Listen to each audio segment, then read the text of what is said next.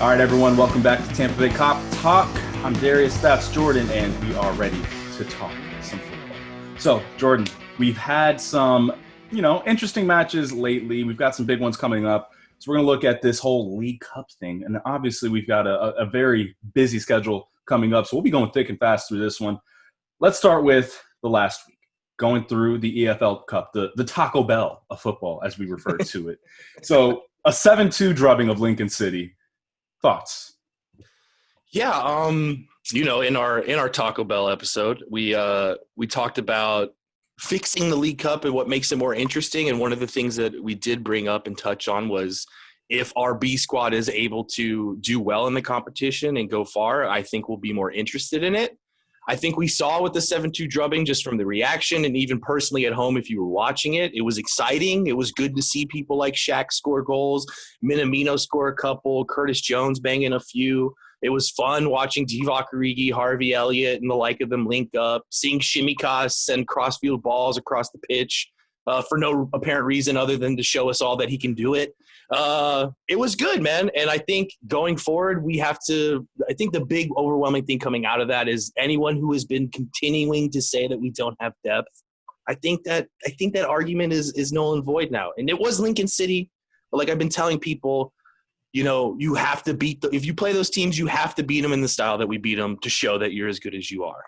And I mean, that was the whole thing that I think everyone got out of it. It's not just the fact that, they beat Lincoln City 7-2, but it's, wow, this was really the whole side was subbed. You didn't have, other than Virgil van Dijk, anyone who you're going to expect to start coming up at this weekend. So it's really a nice thing to see where you can have a whole sub side. And they're still boss. Like, the depth was on display. That's got to give us a little bit of encouragement when you go forward and look at the rest of the competitions outside of the Premier League. Yeah, and I mean, that we beat a team down the table 7-2 is no small feat. Like, again, Man United beat Luton Town 3-0. Like, it's not a given that you're going to go out there and smash these teams. We've been there before where we've played teams like Exeter City and drawn them in the FA Cup, It's promising, and like we've said before, and we said it in the preview of the season, we have a B squad now that is fairly good. And after seeing that performance, I still stand by my evaluation of the talent, and that I think that they could beat most of the bottom 10 sides in the Premier League. So when you look at that match, there's a number of impressive performances. You look at the 2 goals from Curtis Jordan. I see your Zoom name there. You changed it to Curtis Jordan. Curtis Jones.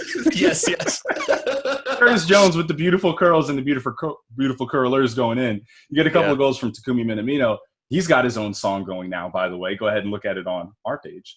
You've got a lot of good vibes coming from the team. Even someone like Divock Origi, who you thought maybe he's going to get sold off. And you see impressive performances all across the pitch.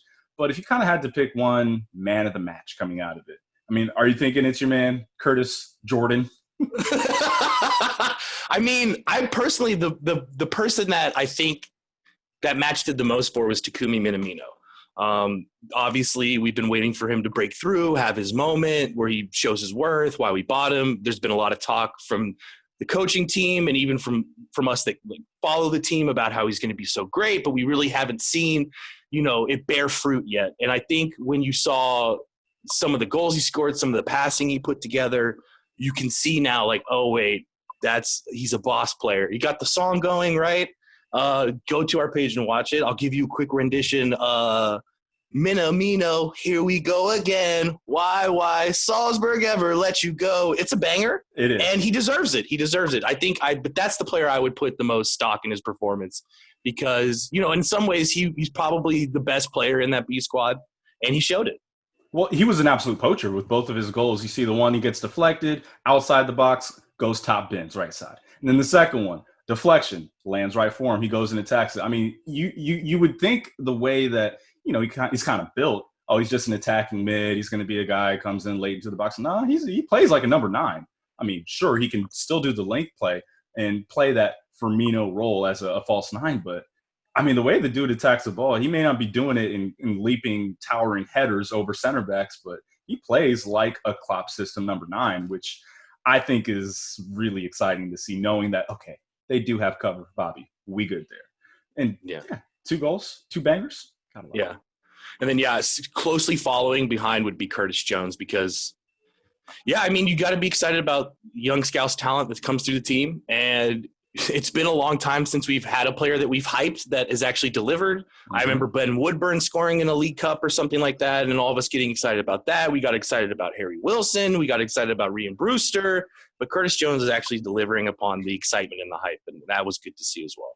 Yeah, and it's just so good to see him go in. And you already know he has that confidence going in. I mean, he plays with that kind of swagger. But to go and have that affirmed with a couple of goals is absolutely class. I mean, people around the league are really starting to recognize him. And, I mean, you can attest to how upset I was that I didn't have him in my squad going into the Lincoln City game. I forgot to put him in.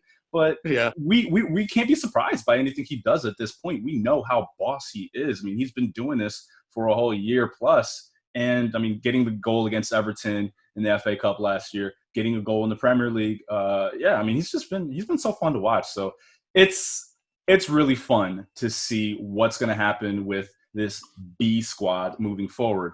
And one of the things I do want to kind of get on real quick before we move off of this game, one guy who we didn't see Ryan Brewster, right? So real quick, let's just kind of mention the fact that there's been so many different things swirling around. Will he stay? Will he go? Personally, Jordan, what are you thinking about right now when it comes to Ryan Brewster? Yeah, I mean, football comes at you really fast. It comes at you really, really fast. Things change very, very quickly. It wasn't too long ago we were going into a charity shield or a community shield match, and the thought was that Ryan Brewster was going to make an appearance at some point, and we were all very excited about that. He goes on, he misses a penalty, and I'm not saying missing the penalty has anything to do with the decision-making, but since he missed that penalty, he's kind of been pushed down the pecking order for one reason or another. I don't know if it's just in training he hasn't been showing up, if it's that he actually wants to leave so he can get more playing time. We do have to remember that 2 years ago when we re-upped his contract, it was with the explicit promise that we would give him a lot more playing time. And that really hasn't happened for one reason or another. I don't begrudge a kid at that age who thinks that he's good enough. And honestly, given that he's sniffing around our first team, is good enough to go start somewhere else. He proved that at Swansea.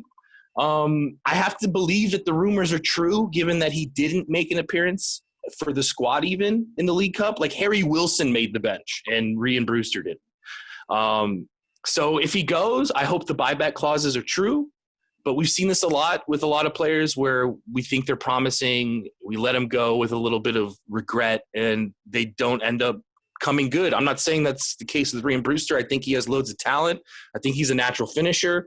But as we discussed originally about whether we keep him or sell him, and I think you brought it up, but is he really the type of number 9 that fits in our type of system?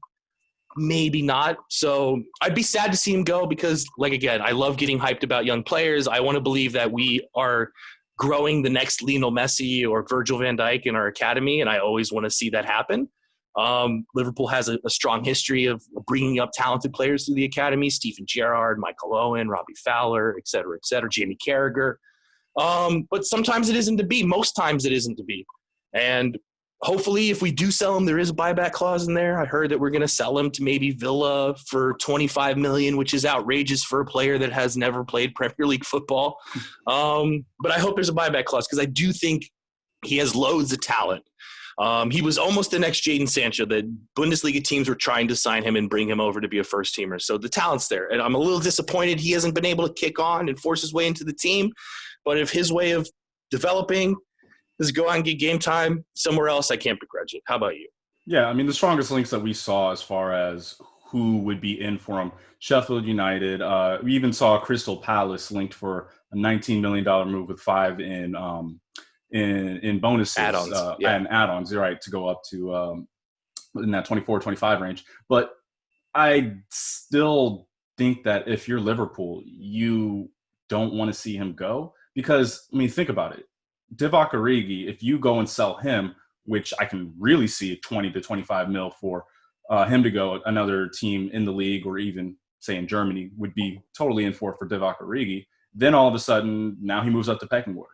So I don't know. I don't think you should move off of Ryan Brewster because he hasn't done anything to show that he's not the real deal.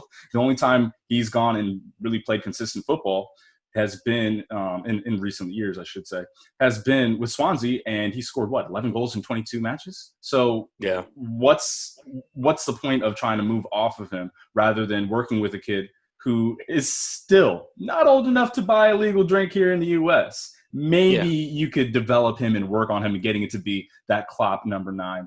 Even though right now we know he's an out-and-out goal scorer, he still has to work on those other things to play the 9 role for this Liverpool system. But I certainly think he can do so. So I think it's worth keeping him and keep working with him. Although, he may want to go and play right away. And if he puts in that request, I do think he should honor it. Yeah, and as always, to bookend this kind of short little conversation on Brewster, I trust the people at the club in regards to transfers and what they want to do. And so if they say that he can go, then I trust it. If they keep a hold of him, I trust it as well. But yeah, he didn't feature in the League Cup, and we kind of all expected it and hoped for it. And it didn't happen, which says a lot, really. And I think Klopp was asked about it, and he's like, I have nothing to say about this situation. You know how this goes. And when he says, you know how this goes, even though he's trying to be coy, what he's really saying is there's stuff going on behind the scenes that I can't talk about. How long was it for Thiago? He's just like, maybe. I don't know. We have something we don't. I don't know. He said, it looks promising. It looks promising. And he just throws out his belly laugh. And then, of course, Thiago's there a couple weeks later.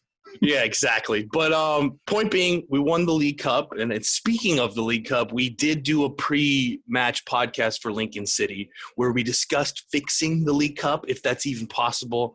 Here's a little clip from that. Feel free to go check it out. I think that it's an opportunity to just completely experiment, right? So just throw the competition format out.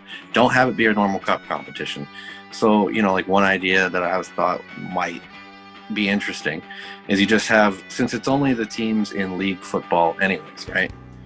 So you just have the teams in each league go to a playoff format, basically. The winner of each league faces, so like the League 2 and League 1 winners would face each other, Championship and Prem winners would face each other, and then you just basically it'd be like a 4-team tournament at the end of those little league tournaments. So you can only get one Prem team with a shot to win it instead of 2. You can only get one championship team, and everybody has a chance.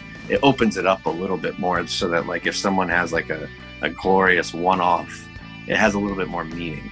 You know what I mean? All right, and we are back. And now to the main event. We do play Arsenal in the Premier League on the weekend. They are currently one of our top-of-the-table challengers. Just real quick, if you didn't know, they beat Fulham opening day 3-0. They beat West Ham last weekend 2-1. Looking at Arsenal, Darius, what are your impressions of their squad and their team?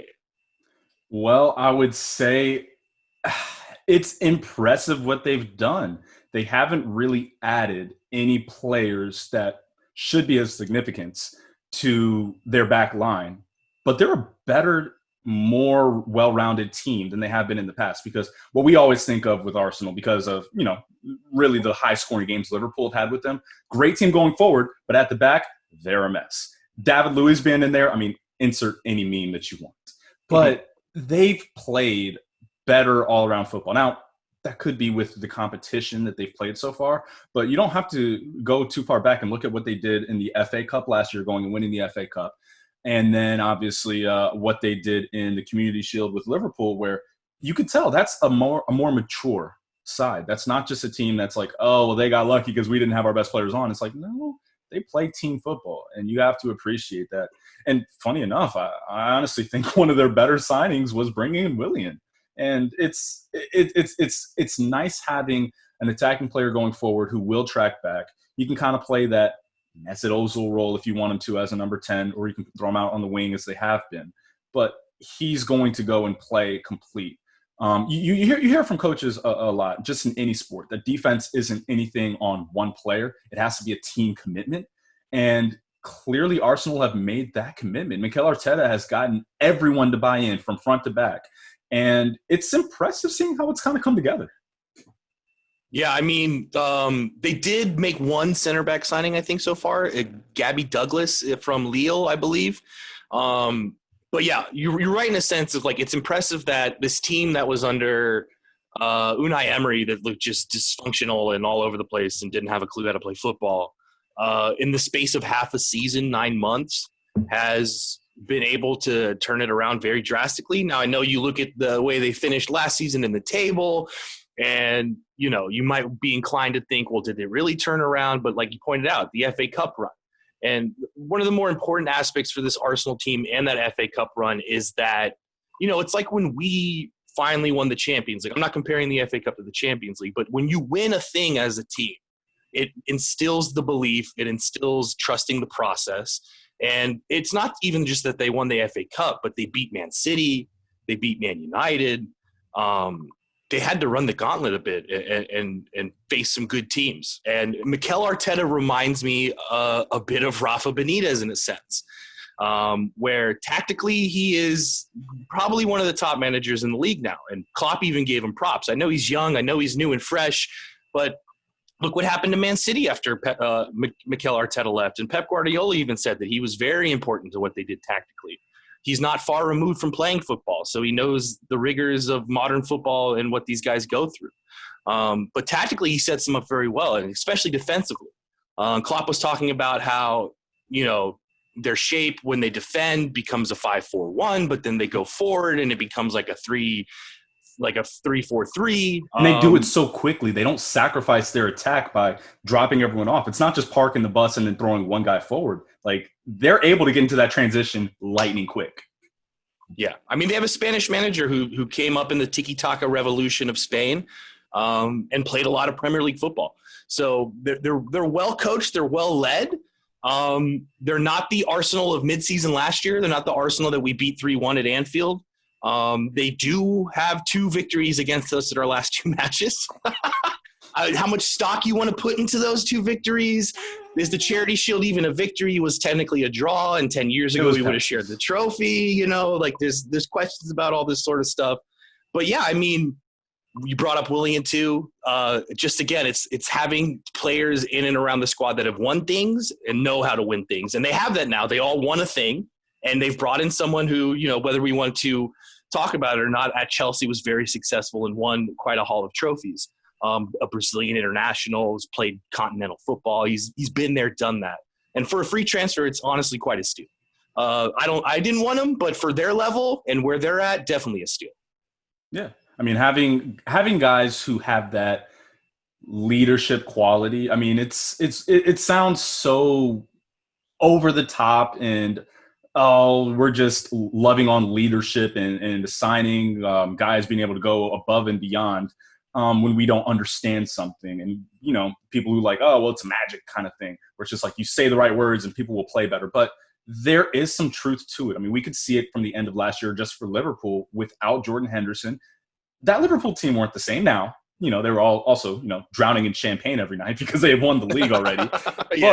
We've seen it over the last couple of years. When they don't have Henderson out there, it's not the same team. Not to say that the talent isn't there, not to say that the shape isn't there, but having that little extra quality, especially when you are playing a 90-minute grueling match, it does matter. And Arsenal, they've always had talent. There's never been any question about that. Now they just have that little extra bit. So whether it's bringing in a veteran like Willian or just Arteta being able to get everyone to buy in, I think Arsenal kind of have turned the corner. I think it's the difference between maybe being in 7th or 8th to being in 3rd or 4th. It's not like they're going to go and win the league, I don't think, but it still is a massive difference to be able to go and improve without going and breaking the bank. I mean, that's damn impressive. Let's just be honest. Yeah. I mean, there's no greater sign of things turning around than the fact that Arsenal fans and Arsenal Fan TV aren't constantly imploding. They're quiet right now. They're not constantly imploding every other day or whatever. Speaking of Arsenal fans, by the way, we did have David sit down as part of our Rambling Rivals series to talk to our good friend, Arsenal Pete, as we call him, Pete Garcia, about his views for Arsenal going forward this season. Here is a little clip from that you can go check out. So every time you get a new coach in, you kind of go on like a little bit of a journey, right? There's always like an evolution. And you and I were talking a lot about kind of how you hope the Emery thing would pan out. We used to, I was kind of telling you, I think over the last few years on several occasions probably about the kind of the Klopp journey and how we wanted it to evolve. So when you look at Arteta, what's the next step? What do you want to see kind of the evolution pan out to provide this year? Good question, man. So, I think the big switch is going to come from, lining the team up to negate other teams' strengths, to really putting a team out there that showcases our strength. There were a few times where you could tell he was trying to go out there and control the ball and play the possession game, play some of the quick, wingy, pacey stuff we saw him do over at City, and he just doesn't have the personnel for it. So I don't think we're going to get there the first half of this season, for sure. I think we'll play with the back three. I think we'll play on the counter. I think, we will win games and definitely be in a good position on the table through it, but we still won't be in that playing Arsenal the football way zone until the second half of the season. I'll say it that way. Now, does your fan base know this? Man, so I've complained about Arsenal fans for years. I will say that the struggles of last season, and we've talked about this, when Liverpool went through some hard times, that it thinned out some of the fluff from the support, and those that are left, I think are contributing in a good way. I'll say it that way. But, expectations, of course, are way off. Everybody loves Arsenal Fan TV and that type of supporter. But, I know enough other types of supporters that know that we're in for the journey here. And, success is measured by our attainment of our potential, right? If our potential's right here and we're performing right at that level, then I'm fucking happy. If there's a big gap, then we got issues. It is what it is. So there's the rundown. Go check out that pod so you can get the rundown on Arsenal season. They're very excited over there. They think they've got something going. And like we just said, they've turned the corner. It's a project. Remember when Jurgen came in? It was a project. We finished 7th our first season. It wasn't spectacular amazing. And then the next season we finished 4th. And then from there, we're challenging for titles, winning Champions League. So I wouldn't be surprised that they're in a similar vein or is on a similar path. But now it's on them to perform and do the job. And for them, that means going up against the mighty, mighty Reds. And let's turn to the real reason why we're all here today, to look at the team that we love to support, the men in red. Liverpool FC. Coming into this match, we do have a point to prove against Arsenal. They have gotten the better of us the last 2 matches, and I think Jurgen Klopp is a bit petty in the fact that he doesn't like to be beat. So I expect there's a lot of motivation for us going into this. Yeah, I mean, this is certainly a early season big match. I mean, if you kind of felt that about Chelsea in the last one, you certainly have to feel it about Arsenal. Chelsea, it's kind of understood that they're not going to be as good now as what they're going to be because they're still trying to figure their whole situation out. Arsenal, it kind of feels like for them, they're starting to hit their stride. So I think this is an even bigger match for Liverpool than what you had in the last one against Chelsea. So taking on a team that has had success against you recently and going out and now knowing, okay, we are going to be more at our true self. Compared to where they were just a couple of months ago. I think it's a really nice challenge to have. And I think, like you said, Klopp's a little petty. He wants to have the best. He wants to have those bragging rights over the other managers. I mean, just ask Frank Lampard about that, right? Like, it's certainly fair to say. So I do not expect Klopp in either of these matches coming up, because it's going to be just a couple of days apart. Monday for the Premier League match, and then going back to the Taco Bell Cup on Thursday, both against Arsenal, both at Anfield. Fans or no fans, it's still a match that both teams desperately want to win on both of those occasions. So I expect it to be full guns going forward for both sides in both matches, really. Yeah. For us, this is for both teams, really, but for us, this is a test to see whether we have solved the low block, because what Arsenal did really well against us is install that low block, the 5-4-1, when they're defending their goal, and they exploited us on counterattacks. Now, granted, in the league match, we gifted them 2 goals, and the boys were probably a bit drunk still, and that could be explained by that. Alisson did not look like Alisson. Van Dijk did not look like Van Dijk.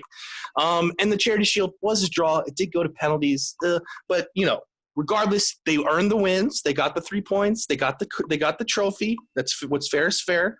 But I think in both of those matches, we struggled at a certain point to break down that defensive line that they set up. Sadio Mane has a bit of a rivalry going with Rob Holding right now. I don't know if anyone else has picked up on it, but they have stuck Rob Holding out on that wing to just kick the shit out of Sadio Mane every time he's had the ball.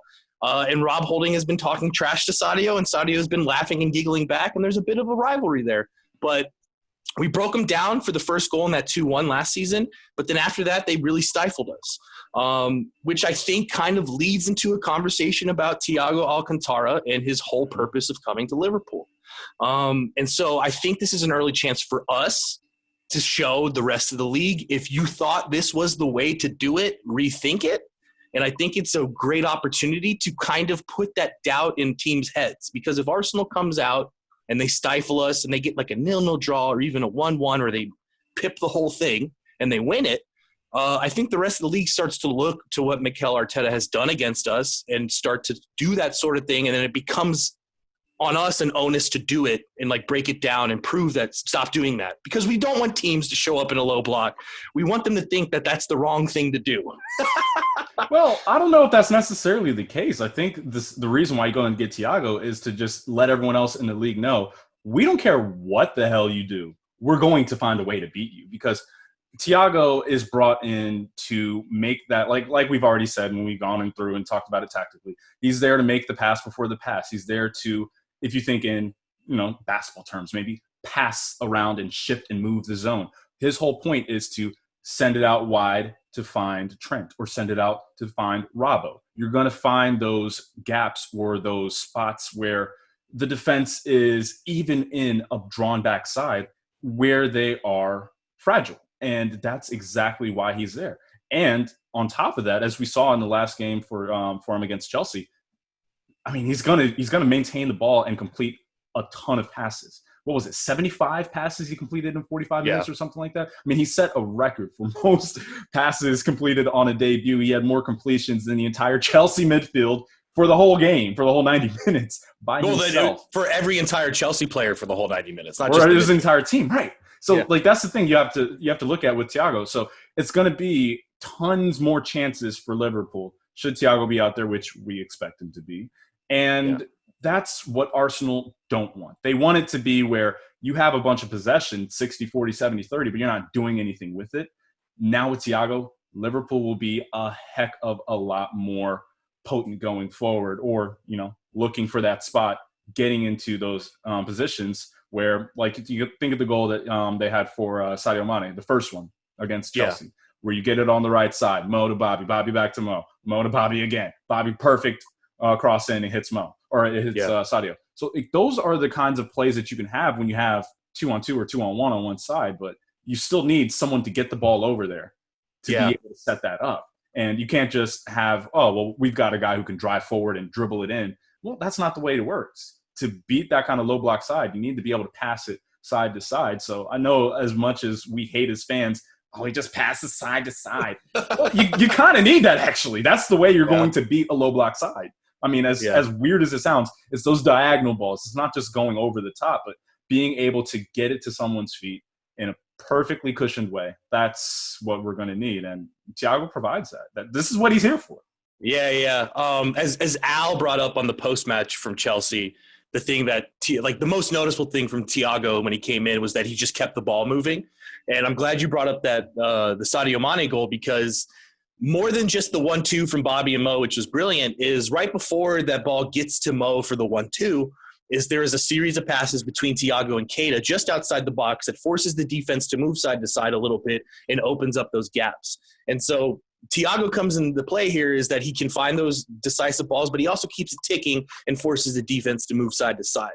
A lot of times against the low block, what you see us do is we get the ball out to one of the wing backs, we play it down to the winger, and now the winger is 1-on-1 or 2-on-1 with their wing back and is trying to run at them or juke them and come into the box. And sometimes we get joy out of that, but a lot of the times it's stifled. But if you have a guy like Thiago right at the top of the box as a 6, being able to spread it around, the defense has to be on their toes. You move them around. That's when gaps open and mistakes are made.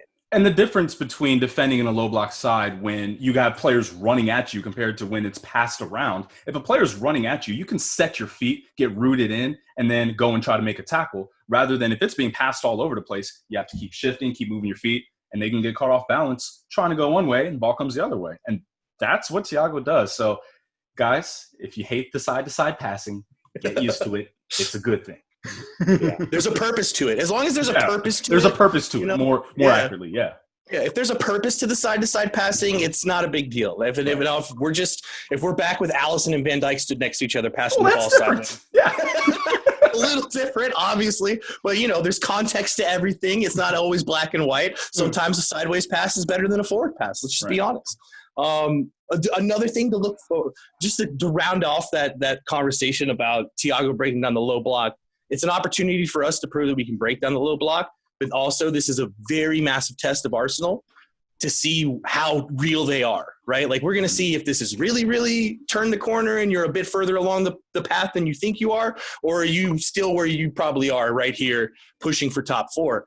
And yeah, it'll be interesting. We'll get to see how good Arsenal is. And honestly, we get to another test of the chasing pack.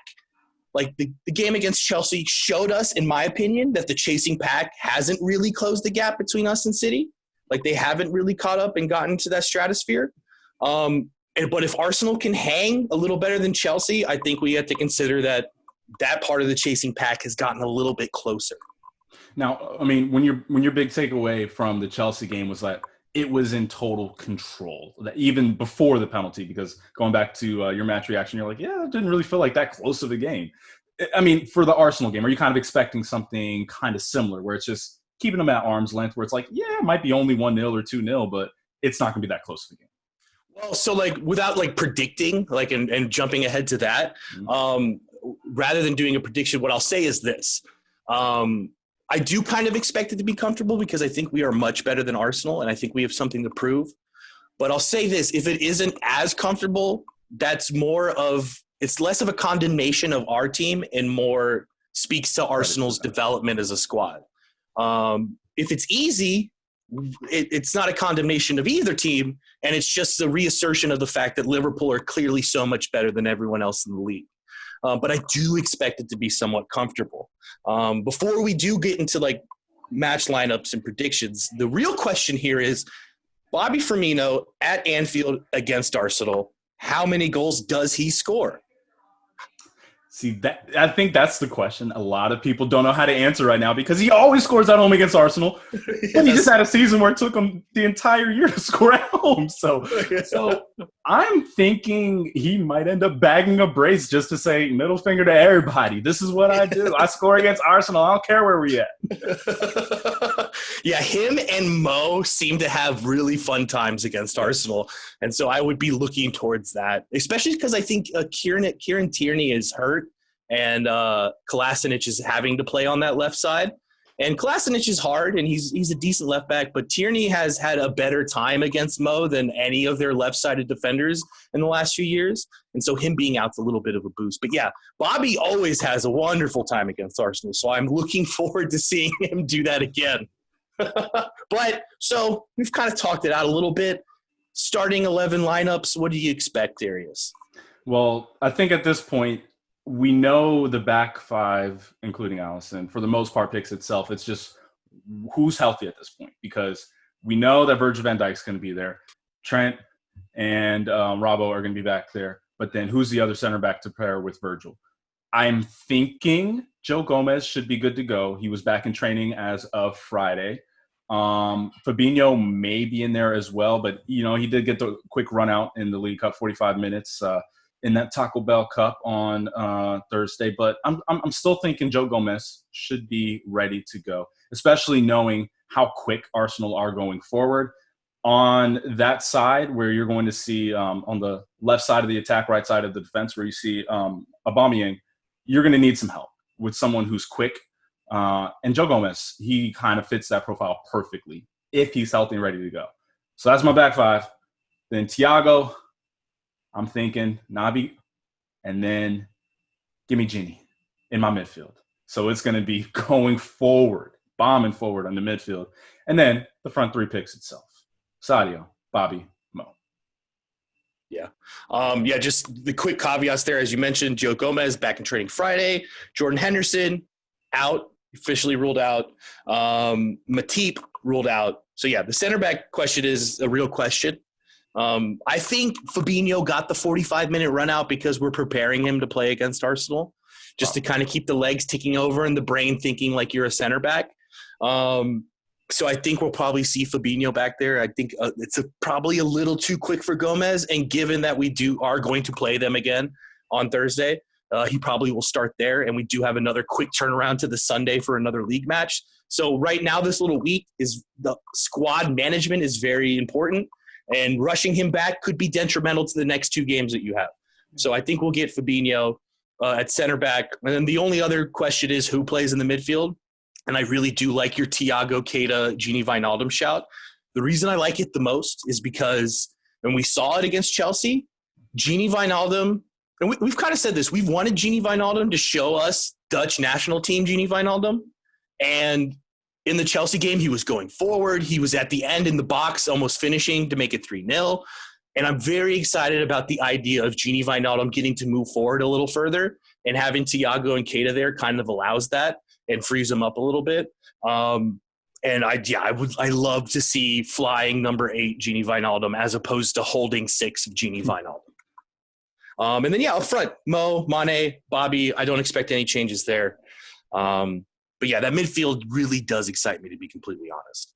I mean, it's one of those where, I mean, I think we've kind of gone through the text exchange. It's like, yeah, that's the FIFA midfield where everyone is playing Football Manager or FIFA. That's what you want to put together. We're going to take this on and this on and just throw it in. But, I mean, having a number of guys who can be attacking players, but also are box-to-box guys, particularly with Nabi and with Genie, it does everything that you need it to do, because you know this is going to be a game that you're probably going to have a lot more possession. So being more attacking oriented is okay.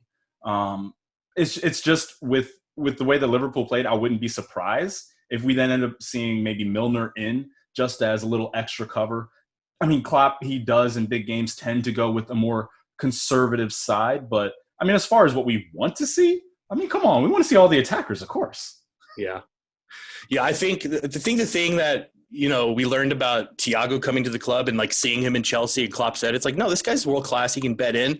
And like, usually when we don't have Hendo, we see Milner because we lose a lot of that experience in Nous. But I think with Thiago, we have to recognize that even though he hasn't been part of the project for 4 or 5 years, he brings with him a absolute mountain of experience and know-how and how to handle these big matches. He's also been part of many, many Bayern Munich sides that have absolutely thrashed Arsenal in the Champions League. So I think he just needs to kick up some of those memories again. I think Chelsea had the same exact reaction when they saw him come on the pitch. They all descended into, you know, these bad flashbacks of what had just happened. And I think Arsenal might have the same effect against them. You see that dude with the big hair? You see that, Mo Salah? Yeah, just pretend he's Serge Gnabry. We're good. We're good. Exactly. But yeah, so predictions, my friend. How do you see the match going?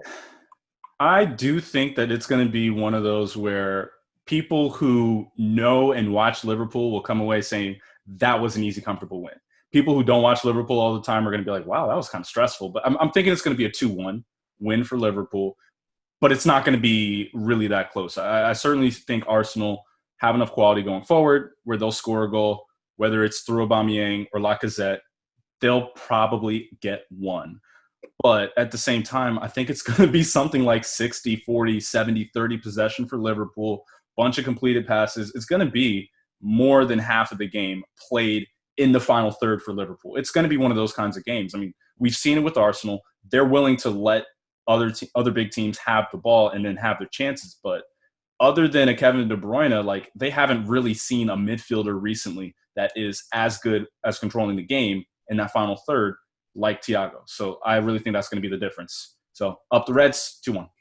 Okay. Yeah, you know, part of me thinks that, you know, given that I've just talked up Mikel Arteta's tactical ability and his know-how, that he'll be able to figure out, if we do start Fabinho, how to exploit that area on the pitch and nip a goal at some point. But a part of me also thinks that this Liverpool team is a bit aggrieved with the way Arsenal has come away from these last 2 matches against them, and they have a point to prove. And I think we've seen over the last 2-3 years that when this squad has a point to prove, that they go and prove it. And so, like, you know, in this early season, I've been harking back to last year. And last year we beat them 3-1 at home. And I'm just going to say we're going to 3-0 actually, and keep a clean sheet, and it will be comfortable. And I think people walk away from the match. Liverpool fans walk away from the match in the same comfort zone that we've been in, and like, yep, that's just as I thought. This team's really boss. Arsenal fans walk away going, you know what? We still got a little bit more work to do. And the league walks away going, fuck. Damn it, they're really, really good. We try to get into their heads that they didn't sign anyone. They don't have depth, but then they've gone and done that on a weird weekend and signed everyone possible, and they're really, really good. And I also think there's a chance, just my cheeky shout is we're up 2-0 and we throw Diogo Jota on real late and he scores just a breakaway goal to really seal it. And that would be my out-of-the-box prediction. 2 Bobby goals to make it 2-0, and then Diogo Jota comes on and just flies down the wing and scores a late goal to really Oh, wait, that's right. They brought in another Premier League player who's really good. Shit. Exactly. For me, like, you know, these early games is like when the league shapes, like, right? Pep Guardiola has said it before, like, you win or lose the league in the first 10 to 12 matches. And last week, it's the second game, and you don't want to put too much stock in it, but that's supposed to be the third best team, and we really did handle them quite easily. And so I think now, because we did that, people turn to go, okay, well, who's actually the third best team? And one of the suggestions could be Arsenal. Mm-hmm. And I think when we handle them, the rest of the league goes, okay, no, this probably still is a 2-horse race. And yeah, Liverpool is clearly better than most everyone in this league.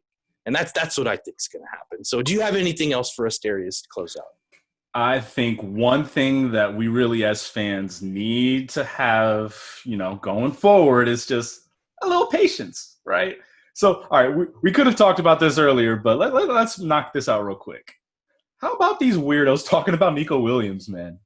Yeah. Like, Neco Williams took some abuse on social media. He had to actually go private for a minute there on Instagram because people were just giving him the business. And I think for us as fans, it's like, why? If you're an actual fan, right? Not to say these weirdos who are just like trolls, but it's unbelievable. You can see someone who is as good as Neco is taking abuse on social media. And it's just like, it's one of those reminders where it's like, guys, it's football. It's the most important thing of the least important things, but guys, it's not that serious. Come on.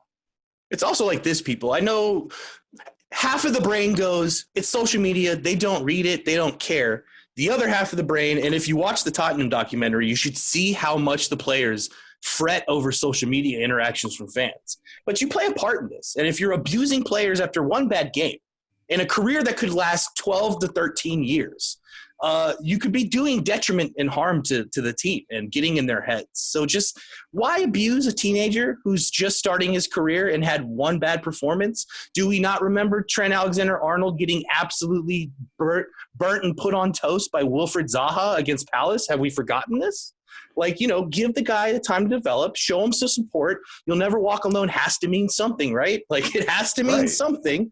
And, like, just relax. It was 7-2. Who cares? Like, that's what I'm saying. Like, I watched the entire game, and I'm like, I didn't even realize, like, I didn't remember, like, Neco? I mean, sure, he wasn't memorable, but it was like, did he really play that poorly? Like, he wasn't Trent. That's all I can say about it. Yeah.